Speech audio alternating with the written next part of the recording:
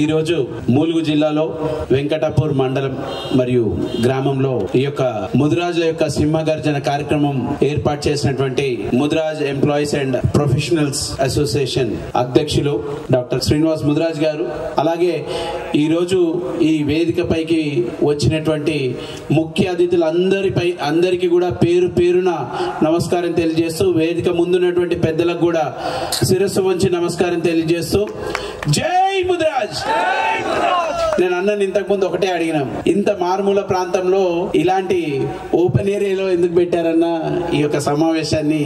ఈ సమయంలో అది కూడా సుమారు మనకి 8:30-9 అవుతుంది. ఈ సమయంలో పెడితే ఏమని ఆలోచన మీకు ఏముంది అని అడిగాను. వారు చెప్పారు, ఇక్కడ ఇంతకు ముందు పెద్దలు చాలా మంది చెప్పినట్టుగా ఐక్యత, చదువుకోవడము, BCD నుంచి ఏకి రావడము, రాజకీయంగా అవకాశాల కోసం ప్రభుత్వాలను మనము అడుక్కోవడం, ఇవన్నిటికంటే ముందు మనలో మనకి ఐక్యత రావాలని, మనమందరం కూడా ఒక తాటిపైన ఒక మాట పైన నిలిచే అవకాశము అవసరము ఆసన్నమైంది కాబట్టి మనమందరం కూడా ఒకే వేదిక పైన కలుసుకోవడానికి ఈ యొక్క వేదిక ద్వారా మీ అందరికి ఒకటే ఒక విషయం తెలియజేస్తేందుకే నేను ఇక్కడ మాట్లాడుతున్నాను. ఏంటంటే ఇంతమంది పెద్దలు మనల్ని అందరు ఉన్నారు.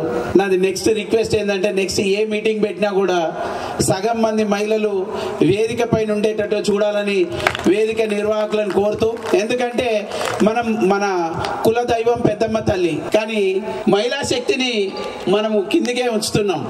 వారికి సరైనటువంటి అవకాశం ఇచ్చిన రోజునే మన ముదిరాజులకు కూడా సరైనటువంటి న్యాయము, మనకు జరగాల్సినటువంటి ధర్మబద్ధంగా రావాల్సినటువంటి హక్కులన్నీ మనకు చేకూరుతాయని మీ అందరికీ తెలియజేస్తూ, ఇంతకు ముందు పెద్దలు చాలా క్లారిటీగా చెప్పినారు. మనకున్నటువంటి రేషియోస్ కానివ్వండి, మనకున్నటువంటి జనాభా ప్రాతిపదికన రావాల్సినటువంటి హక్కులు కానీ ఏవి కూడా రావట్లేదు. చాలా మంది అనుకున్నారు మనకి స్వాతంత్రం రాకముందు స్వాతంత్రం వస్తే బాగుండని.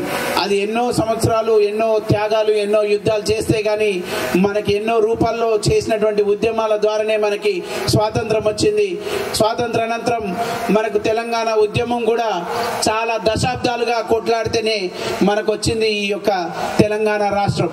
ఈ తెలంగాణ రాష్ట్రం మనకు వస్తే మన సబ్బండ జాతులు బాగుపడతాయని, అట్టడుగునున్నటువంటి వారికి న్యాయం జరుగుతుందని ఏ ఉద్దేశంతో అయితే మన యువకులు ఇంతకు ముందు చెప్పినటువంటి మన అల్లుడు జగన్ గారు కానీ అందరు చెప్పినట్టుగా అత్యధికంగా కష్టపడినటువంటి వ్యక్తులు సబ్బండ జాతులకు సంబంధించిన వారు, మరి ముఖ్యంగా ముదిరాజ్ జాతికి సంబంధించిన వారే అందులో బలైన వారు కానివ్వండి. అందులో కష్టపడి కొట్లాడి తెచ్చినటువంటి తెలంగాణలో మాత్రం మన పరిస్థితి ఏడుందో మనం చూసాం. ఇవన్నిటికీ ఒకే ఒక కారణం ఏంటంటే మనం విద్యలో వెనుకబడిపోవడం. విద్యలో వెనుకబడిపోవడానికి కారణం మనకు వెనుకబడుతనం, మనకున్నటువంటి ఆర్థిక పరిస్థితులు మనం చదివించుకోలేకపోవడం. ఈ చదువు అనే ఒక ఆయుధం మనకి ఖచ్చితంగా కావాల్సిందే. ఓటు ఎంత ఇంపార్టెంటో, మనము బతకడం ఎంత ఇంపార్టెంటో, మనం చదవడం కూడా అంతే ఇంపార్టెంట్. మీరు ఎంత కష్టపడైనా మనం చదివించుదాం మన పిల్లల్ని. ఇప్పటికీ చాలా చేంజెస్ వచ్చినాయి. నేను 98లో ముదిరాజ్ సింహగర్జన నిజాం కాలేజ్ గ్రౌండ్స్ లో నిర్వహించినప్పుడు ఆ యొక్క ముదిరాజ్ సమావేశానికి నేను కూడా అటెండ్ అయినాను. అదే నా ఫస్ట్ మీటింగ్. అక్కడి నుంచి చూస్తూ వచ్చిన 2003లో నిజాం కాలేజ్ తర్వాత పెరేడ్ గ్రౌండ్స్ లో ఎప్పుడైతే ముదిరాజు యొక్క సింహగర్జన నిర్వహించారో, ఆ సింహగర్జనలో ఏ పిలుపు అయితే ఇచ్చారో పెద్దలు కాసాని జ్ఞానేశ్వర్ ముదిరాజ్ గారి నాయకత్వంలో ఇక్కడ ఉన్నటువంటి చాలా మంది నాయకులు కూడా అక్కడ హాజరై ఆ యొక్క సభను విజయవంతం చేసి మనమందరం కూడా ముదిరాజ్, ముత్తరాసి, తెనుగు, బంటు అనే ఈ యొక్క కామన్ నేమ్స్ అన్ని తీసుకొని కూడా ముదిరాజ్ అనే ఒక పదాన్ని మనము యూనిక్ గా చేసుకున్నాము. దాని ద్వారా అక్కడ నుంచి మనము ఆ తర్వాత నుంచి మనం అందరం కూడా మన పేరు పక్కన ముదిరాజ్ అని పెట్టుకోవడానికి మనం అందరం కూడా ముందుకు కంకణం కట్టుకొని మనం బయలుదేరినాం. దాని ద్వారా తెలంగాణ రాష్ట్రం ఏర్పడిన తర్వాత కూడా మనకి ముదిరాజులకి ఒక మంత్రివర్గంలో ఒక అవకాశం వచ్చినప్పటికీ మనము కొన్ని పరిణామాలు చూసాం.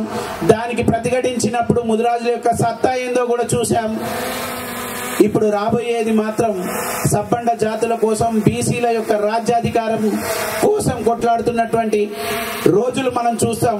మనం కనుక యాక్టివ్గా ఉండకపోతే అక్కడ బీసీల రాజ్యం వచ్చినా కూడా ముదిరాజులకు న్యాయం జరగదు. కాబట్టి ఈ యొక్క వేదిక ద్వారా మీ అందరికీ తెలియజేస్తున్నాను ఏంటంటే, ముదిరాజ్ సమాజంలో ముదిరాజ్ కులంలో చదువుకున్నటువంటి విద్యార్థులు కానివ్వండి, అలాగే ప్రొఫెషనల్స్ కానివ్వండి, ఎంప్లాయీస్ కానివ్వండి, టీచర్స్ కానివ్వండి, డాక్టర్స్ కానివ్వండి, వివిధ రంగాల్లో ఉన్నటువంటి అన్ని అసోసియేషన్స్ కి కూడా నేను ఒకే ఒక కోరిక కోరేది ఏంటంటే, మనకి చైతన్యం తెద్దాం.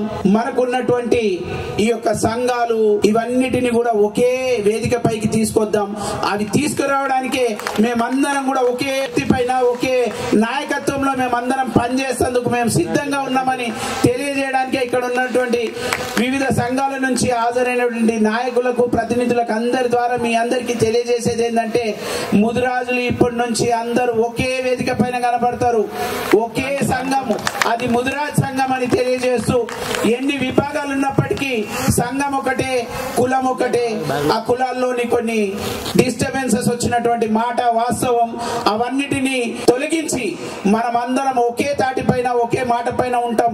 మనం ఏది నిర్ణయం తీసుకున్నా, ముదిరాజ్ మహాసభ ఏది నిర్ణయం తీసుకున్నా ఒకే మాటతోటి ఒక బలమైనటువంటి